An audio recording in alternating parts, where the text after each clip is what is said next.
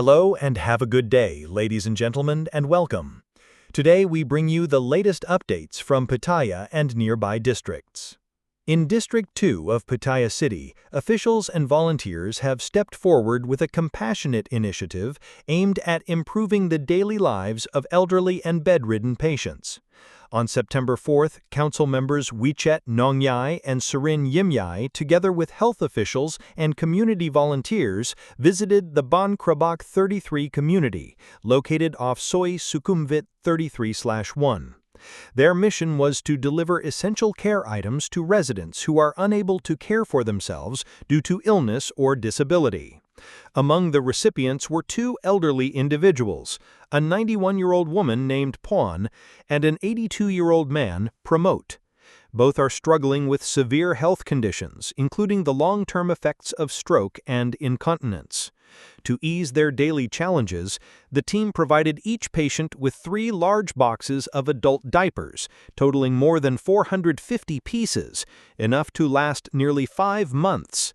For the families, this donation is more than just material support. It is a relief from financial stress and a recognition that their loved ones are not forgotten. This effort is part of the 2025 Adult Diaper Support Project, funded through the National Health Security Fund. The program is designed not only to supply diapers, pads, and incontinence care products, but also to reduce the heavy financial and emotional burden on family members who act as caregivers. Similar projects are being expanded to other districts in Pattaya, showing how local government is working hand in hand with public health networks and volunteers to ensure that no one is left behind. It is a reminder that healthcare is not only about hospitals and medicine, but also about dignity, compassion, and everyday quality of life.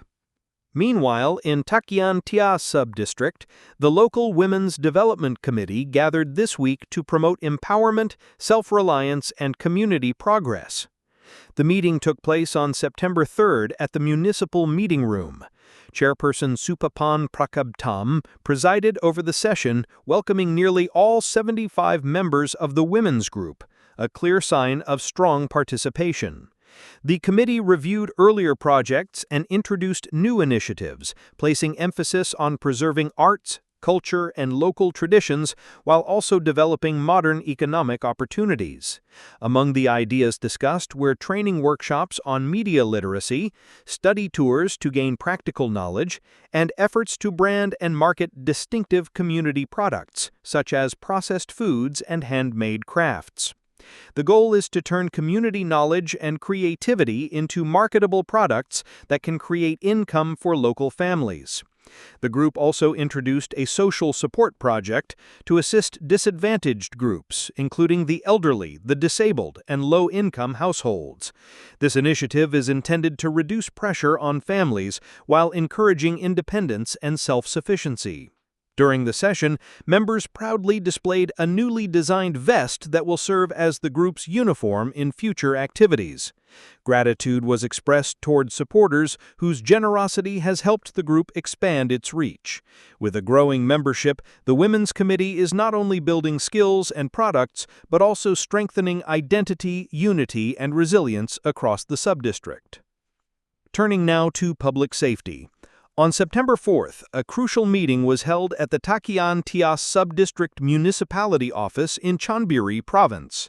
The gathering was chaired by Deputy Mayor Wachira Sujo, representing Mayor Michai Prakabtam, and focused on enforcing strict rules for businesses handling hazardous materials. The urgency of the meeting followed a recent fire at a recycling facility in the sub-district, which highlighted the dangers posed by improper storage and unsafe practices. More than 100 participants attended, including timber traders, recycling operators, municipal officials, and community leaders.